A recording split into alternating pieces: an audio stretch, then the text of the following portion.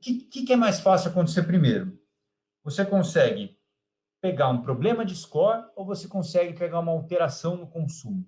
Idealmente, eu deveria perceber uma tendência de oscilação ou de redução de consumo antes de ter um problema nas fezes. Mas se eu estiver olhando o score de fezes, já é suficiente para eu ver algum tipo de problema. Percebe que são duas variáveis que podem ser sensíveis e que podem ser decisivas, sim, para me dar uma melhora, para me dar um ajuste fino, porque eu estou buscando aqui ouvir o que esses animais estão me dizendo no dia a dia para conseguir ganhar uma arroba a mais, para conseguir engordar uma arroba a mais por boi por ciclo de confinamento. Toda a formulação que eu faço, ela tem uma previsão, né, de ganho de peso, né? E aí eu te digo o seguinte, qual é a diferença de previsão e de expectativa de ganho de peso? Quando eu falo em expectativa de ganho de peso, eu quero dizer o seguinte, eu espero ter um ganho de peso XYZ de acordo com alguma ideia anterior que eu tenho de ciclos anteriores, experiências anteriores, de tudo como eu, técnico, trabalho e vou tendo experiências, então eu consigo ter uma expectativa.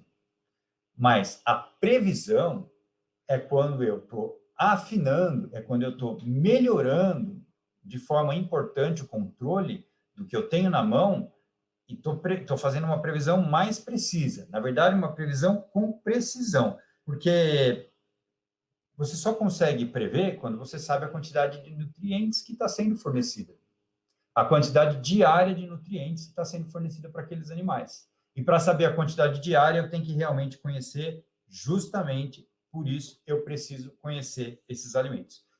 Vou contar um caso para vocês. Semana passada, o Vanner me ligou e falou assim, Marcelo, o Vanner, o Vanner Rossini, é um cliente nosso, que trabalha com a gente há algum tempo já, e ele faz, uma das coisas que ele faz dentro da propriedade, que é importante, que faz sentido, que ajuda na economia geral da propriedade, ele termina algumas novilhas que são, vamos dizer assim, excedentes de um outro processo que ele tem lá de produção de taurino.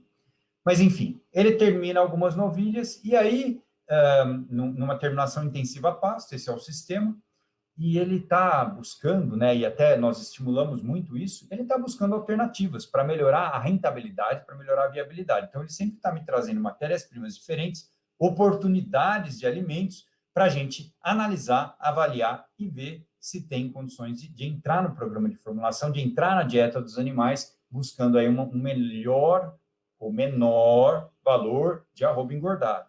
Bem, e aí ele me mandou uma análise de um resíduo, e que eu não vou comentar exatamente qual é o resíduo, mas enfim, ele me mandou uma análise de um resíduo, e essa análise ela foi realizada no dia 4 de agosto de 2020. Meus amigos, o que aconteceu nesse período de tempo aí de 9 meses entre agosto de 2020 e maio de 2021? O que teve aí? O que teve de diferente aí nesse período? Quem está pensando na estação das águas aí acertou, né? Exatamente. Na estação das águas, justamente nesse momento de águas, que eu tenho a maior chance que os alimentos que estão estocados, que eles vão trocar com o ambiente justamente na época das águas. Então, de agosto do ano passado até agora, maio, se eu estou com uma análise bromatológica de agosto do ano passado e estou considerando ela para fazer uma dieta agora, eu posso ter um problema muito importante, posso não ter também, mas eu preciso saber, eu não posso considerar essa análise de agosto do ano passado e falar assim, Vanner, compra que é bom. Não.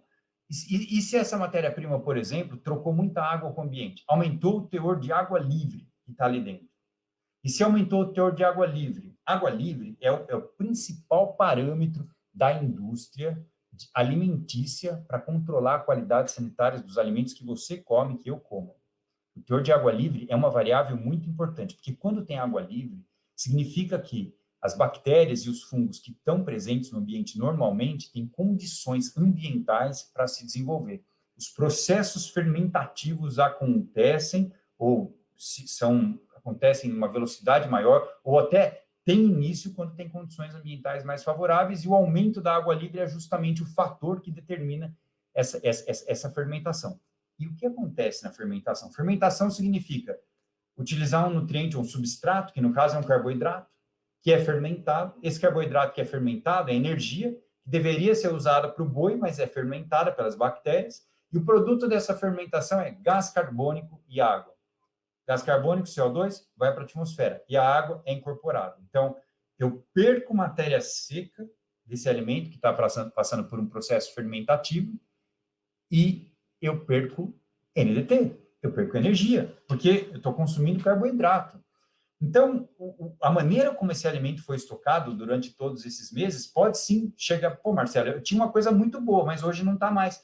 E aí, às vezes, todas as minhas dietas, todas as previsões que eu faço, eu até fiz, vamos imaginar uma situação onde eu fiz a análise, eu faço análise bromatológica, não só dos níveis, dos parâmetros normais, mas eu faço análise de atividade de água também.